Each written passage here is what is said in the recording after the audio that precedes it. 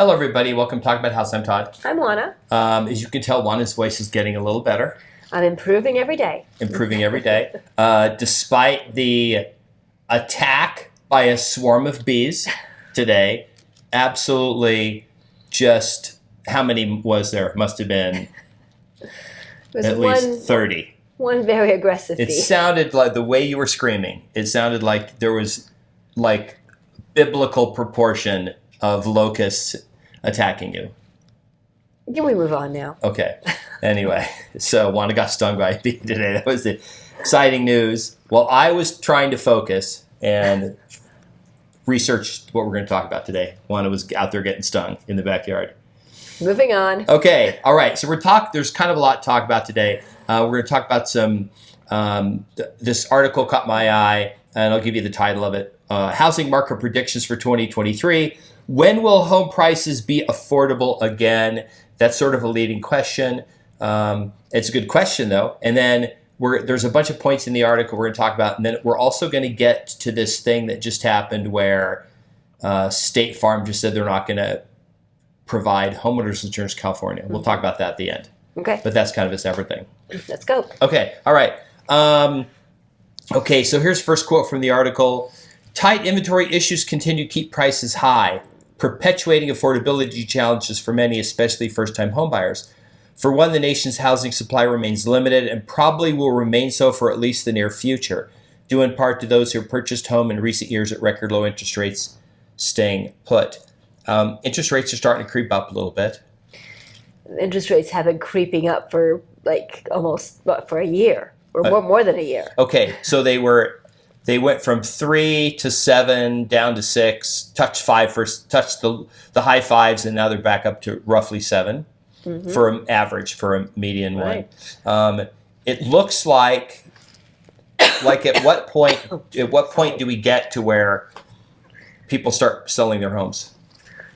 It's a good question. Or do they ever? Well, ever is a long time. Okay. But I think people are going to stay put for a lot longer than anybody thinks. I really think that most sellers are going to stay put probably well into next spring. Okay. And I know that that's not popular, but I think that's the reality. With interest rates being high, inventory being low, sellers not having something else to purchase. They might purchase new construction, but new construction takes months to complete. Yeah. So there's all that going on. And the new construction will charge a premium. New construction will charge a premium. So I think a lot of people are looking at new construction as a solution for the low inventory, because with new construction, you generally have a pretty good product. It's updated. You get to pick upgrades. It's in newer neighborhoods. There are good things about new construction. Okay, this next sentence I'm going to read it. We're going to talk about it. Okay. Persistently high mortgage rates and home prices continue to put off many prospective home buyers. As fears of ongoing inflation, bank sector volatility, weakening economic growth, and pending recession hang in the air. Okay. High mortgage rates certainly will put off home buyers. Yes. But inflation is the opposite. Like, you don't say there's inflation, I'm not going to buy a house. I'm going to wait for the inflation to run its course and all the homes to be inflated, and then I'll go buy a house. Okay, so inflation does play a role in it, because inflation makes everything more expensive. So that includes homes, particularly when you're dealing with maybe new construction. Those new construction homes are going to be more expensive. So that does play a role in it. What does bank sector volatility have anything to do with home prices? The only argument I've heard is, well, banks give the mortgages, and if they can't give mortgages, then banks don't get, like, these regional banks don't give mortgages. Like Silicon Valley Bank probably gave like 3 mortgages.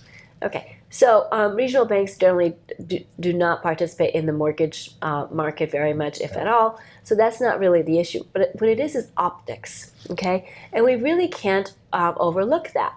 When people see volatility in the banking sector, they get nervous. They get nervous because they don't understand. And any kind of volatility in anything makes everybody nervous, particularly when they don't understand. Okay, here's the next one. Weakening economic growth. 3 years ago, we had a recession. Last year, we had 2 quarters of minus 0.1%, minus 0.2%. Last quarter, we had plus 2.4%. How is that weakening? Because somebody said it should be 3%, but it's only 2. Like that's this whole the recession we've been waiting for. This weakening economic growth is kind of a bit ridiculous. Well, it is. But I think people are looking at a lot of different metrics that they use as bellwethers for what they expect to happen going forward. But look, if we really knew what was going to happen going forward, then it would be a foregone conclusion and we would already be there. And we don't. People are just making guesses and they get paid to make guesses. A good way to describe that is, all the ratings that banks give, each other and all kinds of investment vehicles. And what do those mean? They don't mean a whole lot because lots of banks had AAA ratings until, 2 weeks later they went belly up. A Silicon Valley bank had an A rating from Moody's. Right. So, so all of these, they're just people who get paid to put out some sort of document to make themselves seem relevant, honestly. True. Silicon Valley Bank was like that kid that showed up every day to class and just didn't make a fuss, turned in their homework, didn't really learn anything, but the teacher gave them an A. And then when they went to take the final, they failed it because they didn't actually learn anything. And they were exposed, right? There we go. Yes. Okay. On the one hand, home shoppers receive good news. This is great news for home shoppers. The median existing home sales price declined 0.9% to $375,000 in March compared to a year ago, according to NAR. This is the second consecutive month of year-over-year home price decrease after 131-month streak of record increases. That 0.9% is people should be flooding into the housing market with the substantial discount of 0.9%. So if you're a buyer, you're scoffing at that. And if you're a seller, then you're screaming from the mountaintops going, oh, but my zip code is down 17% or whatever it is. It's like, okay, you both have valid points. But at the end of the day, it's really more about what is out there and what is actually happening. So when your zip code is down, whatever it is from last year, year over year, your concerns are valid, except that, remember, we've talked about this, last year was an anomaly. So if you just take out last year and you look back to 2019, 2020, even 2021, your house value is probably still up.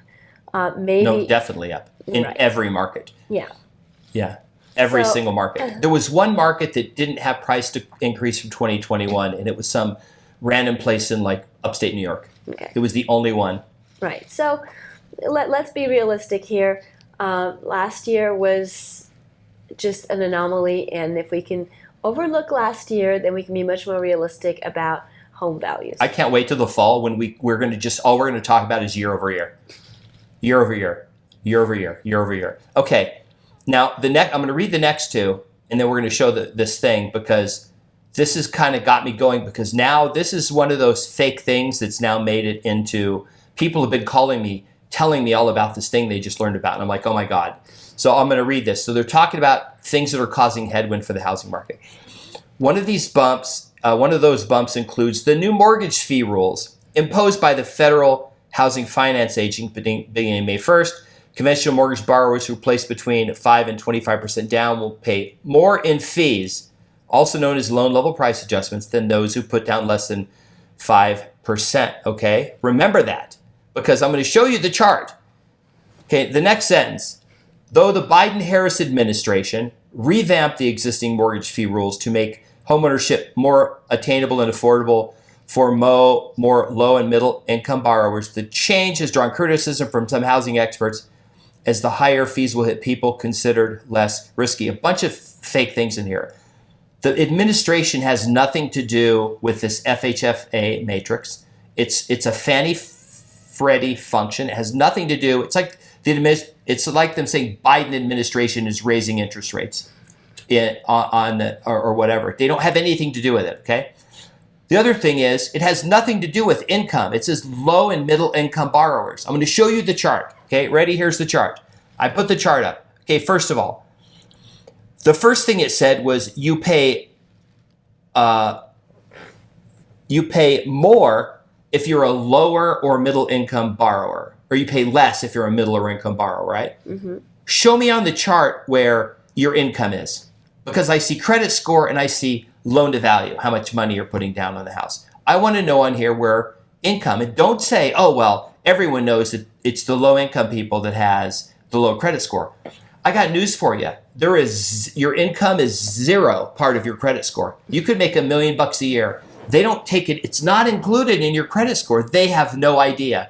An 18-year-old who gets a credit card can have an 800 credit score, right? If they just get a card and make a couple of payments on it, because they have great credit, right? Mm-hmm. Okay. Nowhere on this chart does someone with a worse credit score, look at any column and show me where someone with a worse credit score pays less of a penalty than someone with a higher credit score. Nowhere. And if you don't like the fact that you're putting 25% down and paying 0.875%, put a little more down or put less down. Don't put as much down, put less down or put more down. This whole thing is ridiculous. Fannie and Freddie's charter is literally to provide home ownership to as many people as possible. Mm-hmm. You know that because you listed thousands of their houses, Yep. Fannie and Freddie houses, right? Yep. So this whole nonsense of the wealthy, high credit score people are paying, it doesn't exist. It's a fake thing. It just got turned in this, got politicized, just like fracking and the whole EV, electrical vehicle debate and all this other stuff. It just turned into a bunch of noise and got people arguing about it over it became a political issue. It became a right versus left issue. Right. Rather than an actual issue that you look at the data and you understand what's happening so that you can have an informed opinion. Right. Nobody's been able to show me on this chart where the low income people are and how the low income people are paying less than higher income people. So the only way that would make sense is if the low income people all had 700 plus credit scores and the high income people all had really low credit scores. That's the only argument you could make. But nowhere on this chart does that show that. And I just read the article. You can go back and you can read it again, and then you can look at the chart. And you can realize that this is the chart that went in. This is almost June now, right? That this has been in effect for a month. Okay, onward to the next thing. Mm-hmm. Low housing inventory has been a challenge since the 2008 housing crash, when the construction of new homes plummeted. It still hasn't fully recovered in 2023. This is the only true thing I found in the whole article. Right. And why is that one? And tell them what happened. And the housing crash started in 06. Mm-hmm. 2008, people are locked onto that, but it took from 2006 to about 2011 mm-hmm. to wash out everything that happened and get home prices to recover. So there were a couple things that happened. First of all, it was poor lending practices, and that was really the biggest part, because had there not been poor lending practices, then home builders would not have gone to town with as much as they built. They built because people were buying. People were buying because there were poor lending practices. So really, the whole essence of that housing crash was poor lending practices. We used to joke that you didn't need to fog up a mirror. It was helpful but not necessary to get a loan. And there were lots of people who were getting loans for multiple houses. And the idea was that they would go and buy houses from a new home builder, and that by the time the house was finished, it would have appreciated substantially, and they'd be able to put it on the market and sell it to an end user and make a profit and go do it again. The amount of building from 2004, 5, 6, and 7 was absolutely the most homes ever built in the U.S. Mm-hmm. Ever built, even more than when we were building homes after World War II to house, the new families that were forming, and that created where the baby boomers grew up and all that. So the building of the homes wasn't the problem. What the problem was were the lending practices that allowed people who were not end users to buy these homes and flip them. That was really the problem. Because had that not happened, then the building would have been in line with market forces and things would have turned out differently. 2003 to 2006 in real estate was literally a felt like a pyramid scheme. We would see people buy a house, a new home, and then they would close on it, and then they would call us back up and say, "Hey, I want to sell the house now." And we would look at it and go, "Oh, wow, you paid $175 for it. It's now worth $250." And they're like, "Yeah, I'm just going to pocket the money." And then, they would pocket the money, and then they would go into another new home subdivision, but they would buy 3 this time. Right. And they would say, "I'm just going to keep doing the same thing." And eventually it ran out. Right. So if you got out in time, it's like a pyramid scheme. If you got out in time, you were fine. One lender who was they were also agents, they were lenders, they did over 40 purchases where they did the loan, they earned the commission. They also did loans where they got like $100,000 back at closing for repairs. And then they pocketed all the money. So they got the commission on the sale. They made a ton of money on the loans because the loans were ridiculous, but they paid them like 25 grand per loan. They put $100,000 back in their pockets. And then they just said, "Oh yeah, we're just going to let them all get foreclosed and let someone else deal with them." They ended up in federal prison. It ended up being a big deal. Okay, here's the next quote. "Housing supply, holding steady at near historic lows, has propped up demand compared to other downturns, consequently sustaining higher home prices." So if we had built 4 or 5 million homes like we should have that never got built in the last decade, we probably would have not have had the price run up. Right. Yeah, I mean, we had the price run up, well, for a lot of reasons, but one of them was because there just weren't enough homes. But honestly, with the pandemic, I'm not even convinced of that. I think people behaved irrationally. There were so many things going on that, even if we would have had enough homes, maybe the run-up would have happened anyway, just because there was so much going on in everybody's minds. Okay. Additionally, other experts point out that today's homeowners stand on much more secure footing than those coming out of the 2008 financial crisis, with many borrowers having positive equity in their homes. Consequently, the likelihood of a housing market crash is low. Set this up for them. Why did everybody just let their house go? So people let their homes go because, for example, let's say that you owed $350,000 on your home. Okay. You could go literally next door, buy the same model as a bank-owned home for $150,000. Oh, okay. So it didn't make sense for you to keep paying on a $350,000 loan when you could buy the same house for $150,000. That just didn't make sense. Yeah. So there was a lot of that. There was just this whole idea that they didn't. There was no social stigma. I think that's something that really hasn't been talked about. But it used to be that getting your house foreclosed on had carried with it a social stigma. There was no social stigma to it. So it became a business proposition to let go of the house, let the bank have it, and go next door and buy another house. Not only that, but you could stay in the house for months, sometimes even years before the bank would foreclose. So now you're not making payments all that time, and you're pocketing that money. So again, there were a lot of things going on. Not a lot of things that people I think are proud of. But those are the things that happened. We know somebody that stopped making their payment and lived in the house for 4 years. And they openly said, "Yeah, we haven't made a payment in like years." And it was 4 years before they finally got some, "Hey, oh, by the way, we're going to start, we're going to foreclose," or whatever. Right. And then not only that, but then when the bank foreclosed, they actually gave people money to move out. So let me get this straight. I don't have to make payments on the house for years. I can pocket that mortgage payment. And then when I do move out, they're basically going to pay me to move out. That makes a lot of sense. And there's no recourse. No. In almost no states are there recourse. I don't know that any state has a recourse if it's primary residence. You don't owe the money. And this is not tax advice, but the IRS gave an exemption. So they would give you this thing called a 1099-C, which was for imputed income. And they would say, well, the house sold for $200,000. Your loan was $400,000. We're gonna say that we imputed $200,000 of income to you because we loaned it to you.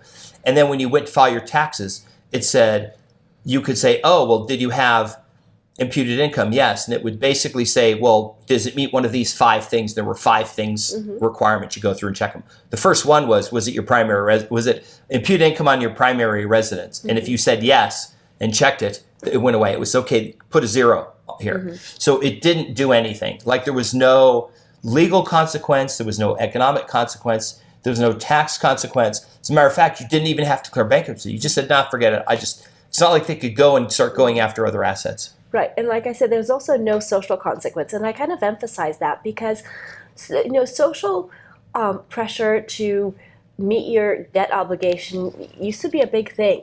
Yeah. And it became, people thought of you as less than intelligent if you continue to make payments rather than honorable. Okay. The next part said, when should I buy a home in 2023? That's kind of the going, like when's a good time to buy. Never like the when is a good time to buy, right? Because if you find the house, you should buy the house, right? Trying to predict what might happen this year is not the best home buying strategy. Buyers sitting on the sidelines today in anticipation of lower prices tomorrow may end up disappointed, says Nita Nawab, president of the U.S. region at Compass, a real estate tech company. I think the last 4 years has taught us real estate, except for a few years from basically 2005 to 9 in there, was volatile. It was a big up and a big down. But I think people are pretty much like stop trying to predict when you should buy. Traditionally, the time to buy is when you're ready to buy, when you meet all the requirements. Well, you should buy when it's a good time for you to buy, when it makes sense in your life. Worry less about what everybody else is doing and concern yourself more with your situation. Okay, now the next interesting thing is State Farm.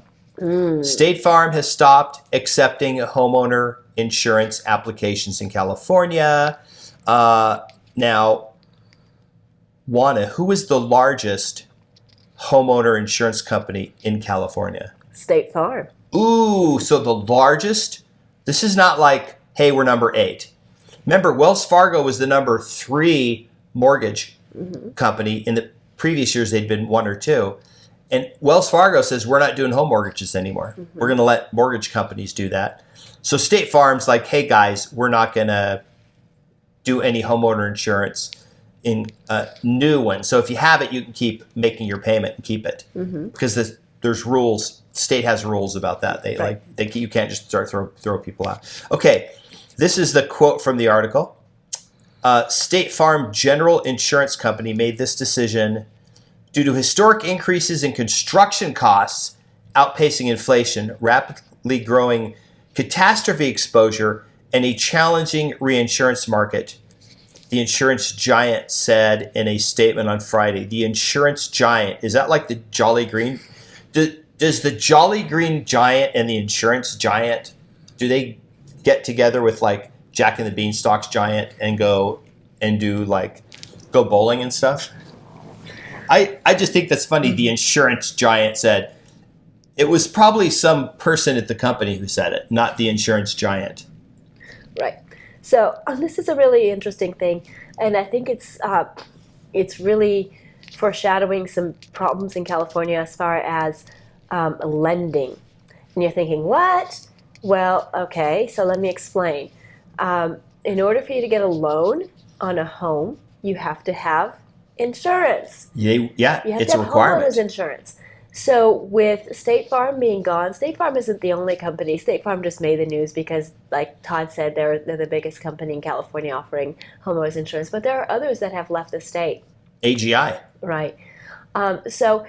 With limited choices, I think it's going to get more difficult for people to get homeowners insurance. It's going to get more expensive, and that's how it impacts lending. And of course, if it impacts lending, it impacts people being able to purchase homes. Now, it also impacts people purchasing homes cash, which is different because, of course, when you're purchasing a home cash, you still want insurance because you'd like your investment to be insured. So this is going to be a big deal. I'm sure California will find some, I'm going to leave my adjectives out, some way to address this. And it'll be interesting to see what they do because this is something that is really important. All politics aside, people do need to have their properties insured, whether it's because of a loan requirement or just to protect their investment. This is not something funny. This is something that's very important, and it needs to be resolved. Yeah, and it's AIG. It's not AGI. It's AIG, and they're a big company, but they so obviously they could not just say, hey, we're gonna ratchet up everybody's premiums or whatever. There's probably certain rules they have to follow. State insurance is regulated in all the states. Even it's just like real estate; it's heavily regulated, including licensing for people that sell insurance and all that. So, but the fact that they would leave would be like a real estate brokerage saying, hey, we're not going to do any business in California anymore because we're tired of being sued. Like, whatever, Berkshire Hathaway. We're tired of being sued in California all the time, so we're just going to close all our offices and, just not do any more real estate in California. Right. So we'll see if that has a lasting effect. I don't know. Yeah, it'll be interesting to see. I mean, like I said, they're not the only ones who are stopping providing these services. There are other companies, which gives you an idea of the trend and of the severity of the problem. A big round of applause to Juana for making it through the video, even after the bee sting, which stung her today, and then her, coughing fits and things like that. That fortunately we can edit those out. Well, seamlessly. You don't even realize that we edited out a massive coughing fit at one point. So, all right. Well, thank you for hanging in there with us. Please leave us comments. Tell us what you think. Please be nice to each other in the comments. It's very discouraging to everyone when people are not nice to each other in the comments. So please be nice to each other in the comments.